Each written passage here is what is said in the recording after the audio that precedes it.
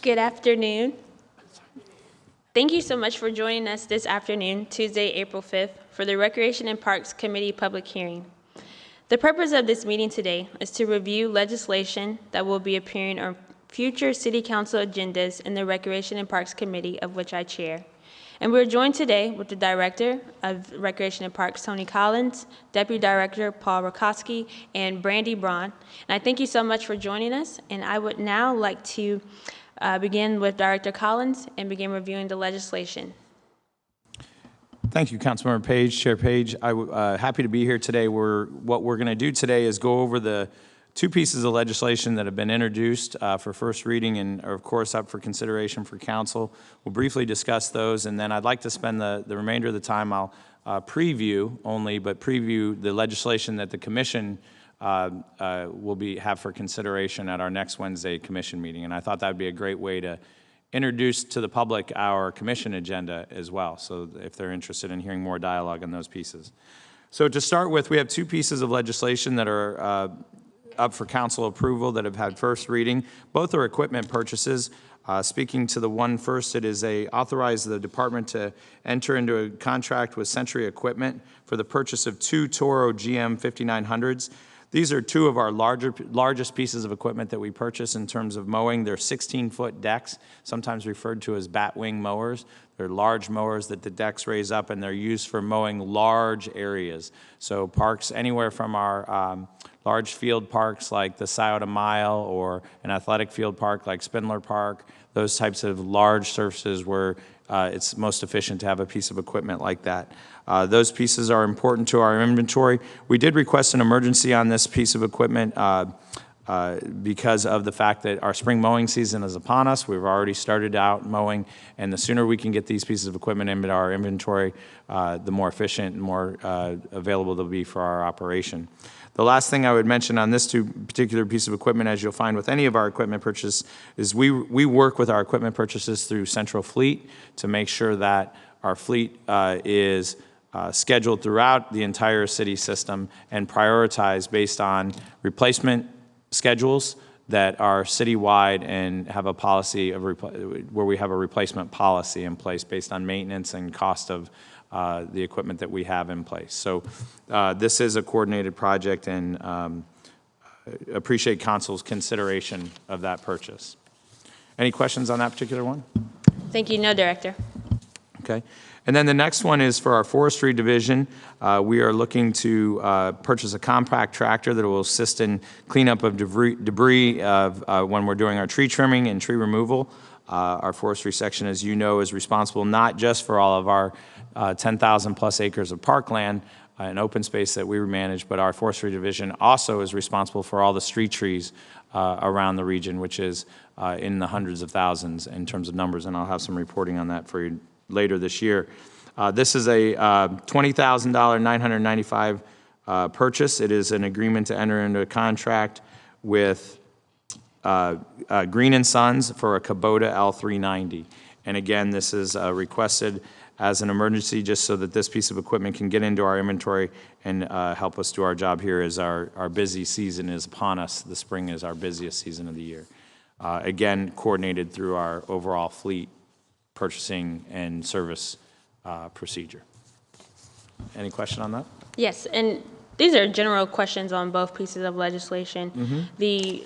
The tractor and the mowers, are these adding to our current fleet, or is it something where it's kind of a new piece of equipment that we think will be more effective to meet the needs of the department?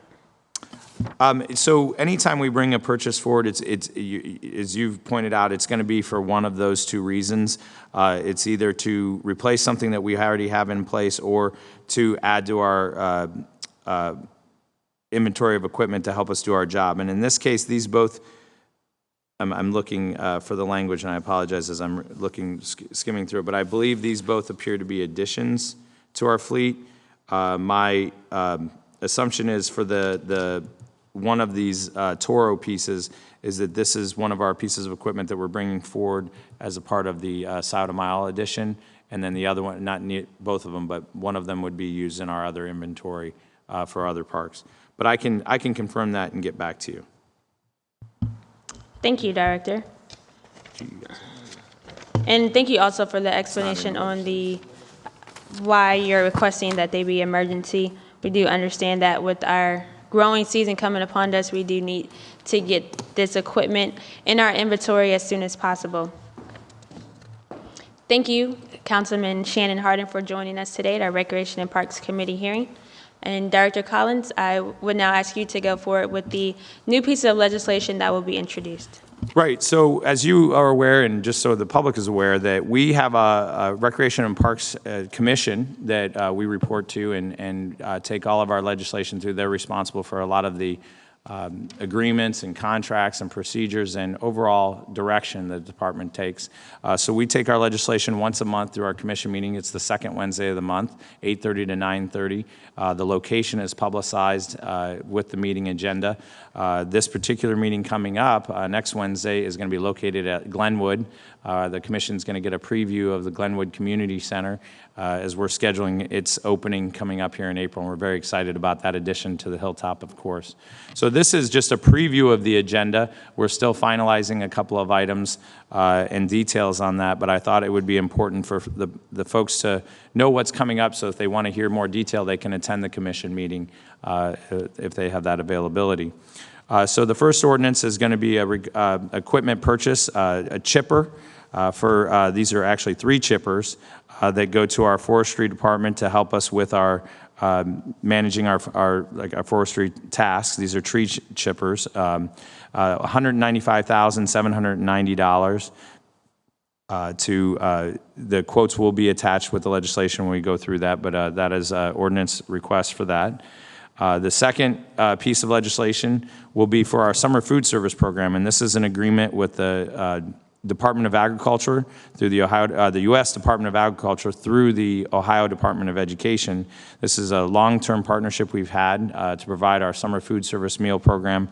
This is a $2.5 million contract that will provide 195,000 breakfast meals, 340,000 lunch meals, and 95,000 snacks to thousands of children over to our 240 sites throughout the greater Columbus area. So we're very excited about that. That's a partnership that's renewed again this year, and a big part of what we do. Our Youth and Family Development Division will be coordinating that effort and bringing that legislation forward Wednesday. We have a routine piece of legislation that involves a number of our community events throughout, both our own sponsored events through our department as well as events that we partner with community organizers on, like the Columbus Italian Festival, the Gladden House Community Festival. I won't list them all, but there's a large variety of them that request alcohol, permission to serve alcohol at their events. And these are events that take place in our parks, so we have to grant that permission. This is legislation, it's one piece of legislation, we bring it forward every year, and that will be presented Wednesday as well. The next is an exciting project that we're working with the Environmental Protection Agency to work on the Clover Groff stream restoration, which is a part of the Big Darby Accord. It's all a part of our efforts to improve the water quality of the streams and the feeder streams to the Big Walnut, or the Big Darby, I'm sorry. This is a $1.5 million project to help with the restoration of the phase 3 of the Clover Groff piece. So we'll be bringing that forward. That is entirely funded through grant, through the EPA and through some other funds that come to us through projects, through partnerships, but it's entirely funded through grant funding. So excited about that.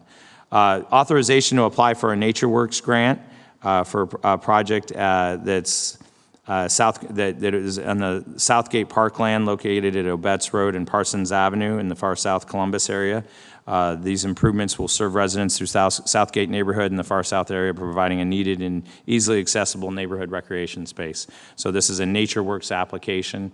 NatureWorks is a state funding source that we apply. We obviously compete for those funds, and this is through Ohio Department of Natural Resources. So this legislation will give us authority, commission's support of that application. We have a Italian Village Pavilion. You may be aware we did a design contest with the Italian Village Neighborhood Association for Italian Village Park. That design contest was judged and awarded, and this is an agreement with the architect to finalize that design. The design contest was done based on concept, and so we'll have legislation on that agreement with the architect, Tim Lai Architect, for that pavilion to be designed. Davis Shelter Improvement Design, I'm very excited about this one. This is a legislation to authorize the department to enter into contract with OHM Advisors, a very strong firm here located in Columbus, actually moving into new offices, I believe, as we speak. This is for the design of the Davis Center Shelter, which is located at Franklin Park. Franklin Park, of course, is one of our first parks, and the Davis Shelter was, I believe, built and opened in 1920.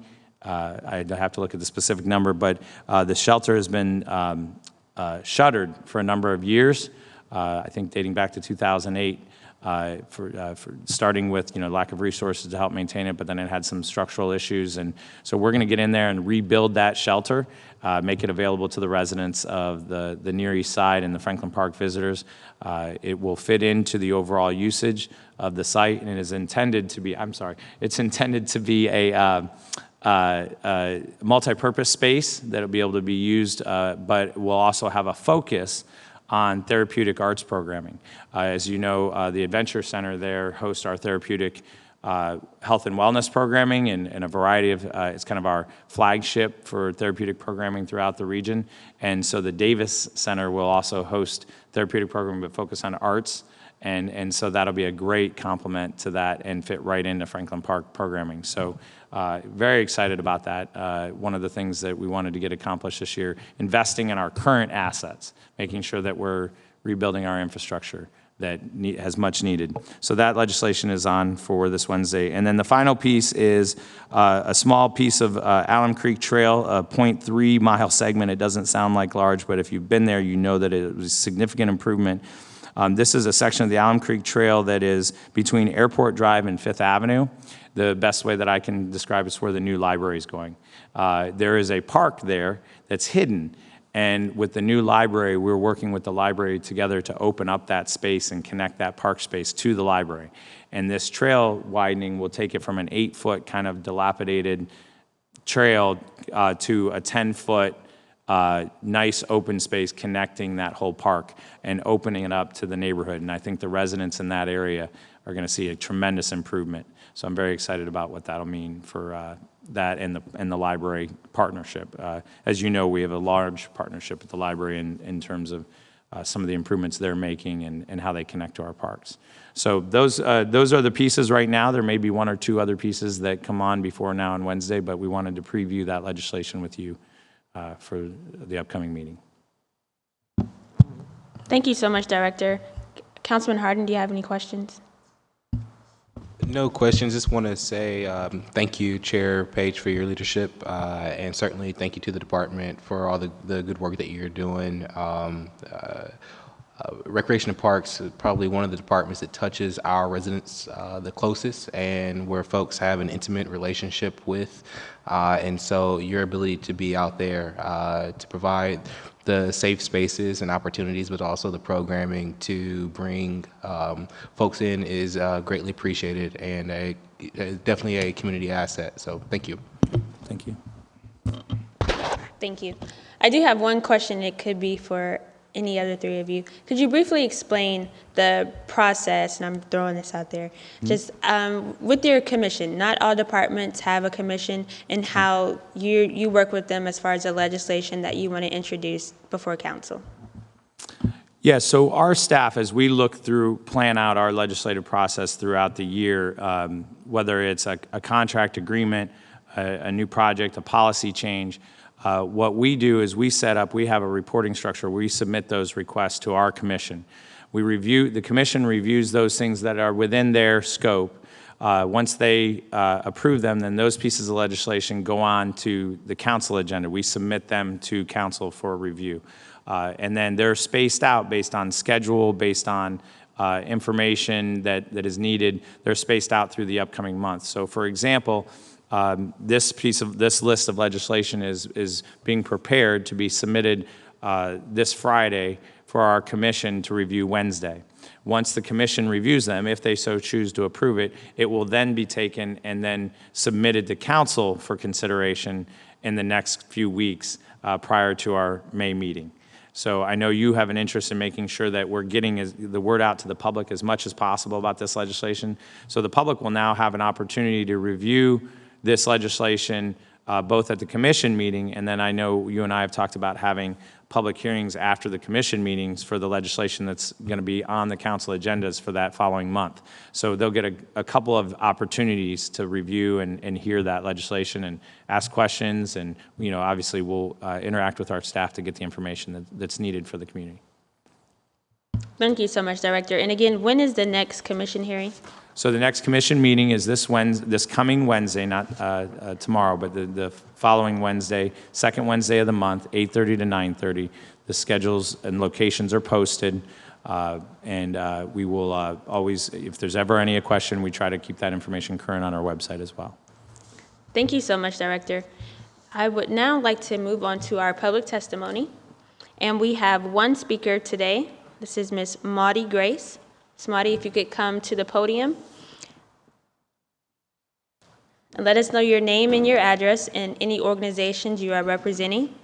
You will have 3 minutes to offer public testimony. And again, thank you for coming down, Ms. Grace. You sure I have to give my address? My name is Maudie Grace, and I live at 1548 Fairwood Avenue, Columbus, Ohio, 43206. And what else did you need? Any organizations that you are representing. Oh, okay. I'm the commissioner for the Deschler Park Civic Association, and that's who I'm representing at this time. A couple of questions I have for the director, if I may. Yes, ma'am. You can speak for the full 3 minutes, and he'll write down any questions you have for him, and then we'll address it afterwards. I had asked him about the water flowing out of the park, and I hadn't got a response. Also, I noticed nature work is other places, and we have a lot of nature-type areas in our Fairwood Park, and I was wondering if we could ask or request some of that funding for our parks to improve the parks. We have 3 different parks in Deschler Park Civic. And also, I have not seen but the one piece of work that has been done, and I think that's the one that the health department had requested be put in with their funding, and that was in Fairwood Park.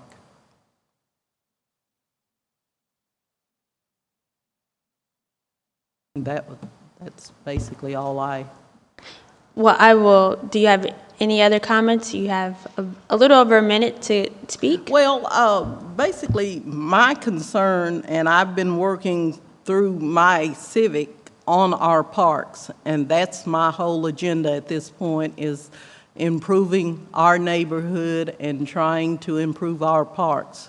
Because like I said, we have 3, and they have been allowed to go way downhill, and I'd like to see a lot more work being put into those parks to improve the parks so that people will feel comfortable coming into them and being able to use the parks again, because they used to be used quite frequently, and now they're not used that much because they've been allowed to go downhill.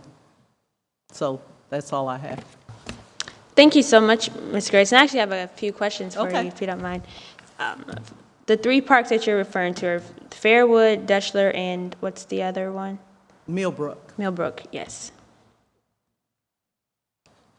And you referenced a At Fairwood Park, you said the health department had begun to do some improvement or work. Could you talk a little bit more about that?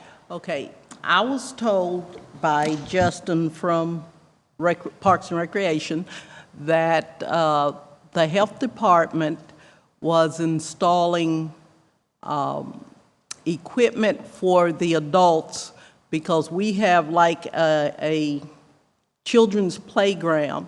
So the equipment that they're putting in is for the adults so that while the children are playing, the adults would be able to exercise and do different things, you know, to stay in shape too.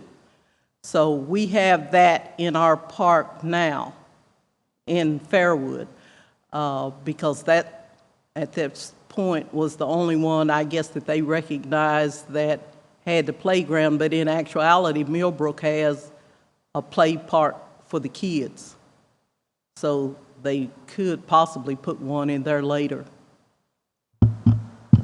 Okay, well, thank you. Those are the only two questions that I have. And Ms. Grace, I would just like to thank you for your leadership in the Dexter Park Civic Association, as well as the work that you've done through the Southside Area Commission as well. It's always a pleasure to have you come down to council. I know that you are passionate about your community, and I appreciate the work that you're doing and keeping us on our toes and making sure that we're always responding and, you know, addressing the issues that your neighbors are raising with you. So thank you so much. And after our hearing concludes, I will ask the director to speak with you briefly about some of the issues you raised. Okay, thank you.